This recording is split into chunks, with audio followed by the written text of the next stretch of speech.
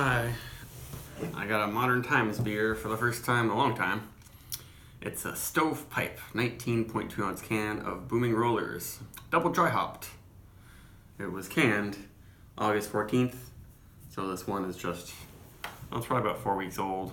And it uses Citra Motueka Centennial and Citra Cryo hops.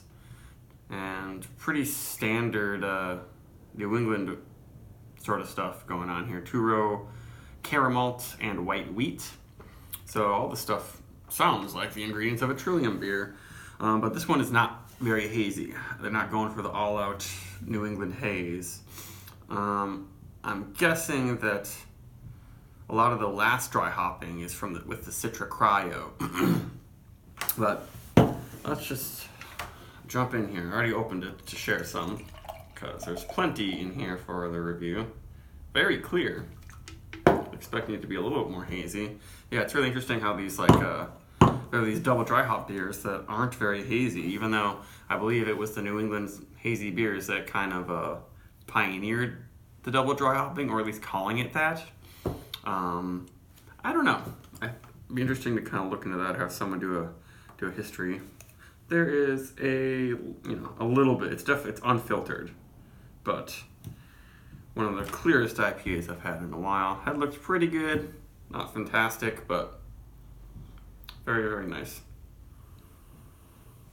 That smells a little bit more old-fashioned too. Yeah, the Centennial is definitely popping out with some pine and bitter grapefruit. It's almost overtaking the Citra, even though I'm sure there's a lot of Citra in here. There's some hints of like tropical pineapple and peach sort of underneath the dank and pine. And the Motueka maybe sort of connects the Motueka, I find to be kind of limey and green and that sort of stuff that's sort of in between maybe the tropical and the bitter greenness of Centennial.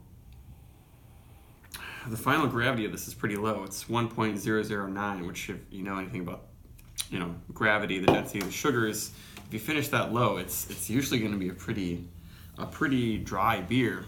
So it's interesting that they made this double dry hopped, Citra Cryo beer, but they seem to not really brew it in the New England style, except for the double dry hopping. Ooh. Wow. That's a lot of hop flavor. Pretty similar to the nose. Maybe it's a little bit more peachy. And what do they say on here? They say a liquid vortex of tropical delights.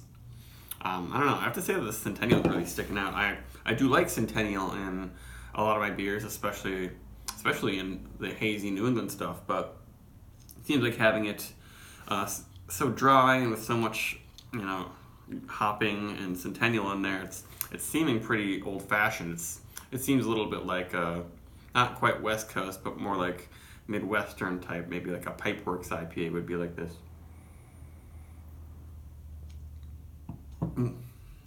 But it's quite dank.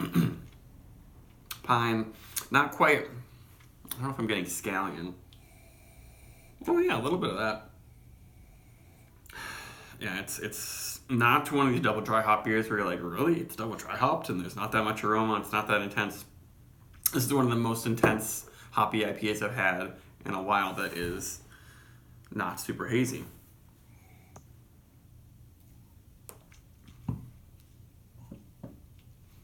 It's right on the edge of being too dry and bitter. They do list the IBUs as 50.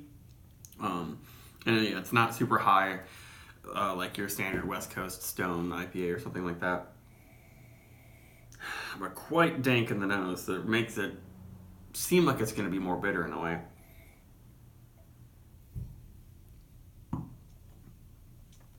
The mouth feels okay. That's pretty substantial. Did I say the strength? This is like 6.8, I think. Interesting. Is it not listed? Yeah, it's not even listed on here. Oh wait, no, 6.8. Yep. So like the most popular IPA ABV these days.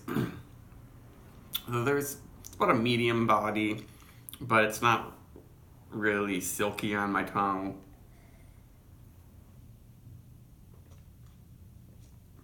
Fine carbonation, not seltzery or anything, but not really blowing me away. If someone wants, a double dry hop experience, but you don't want the hazy, juicy, really sweet stuff, go for this one.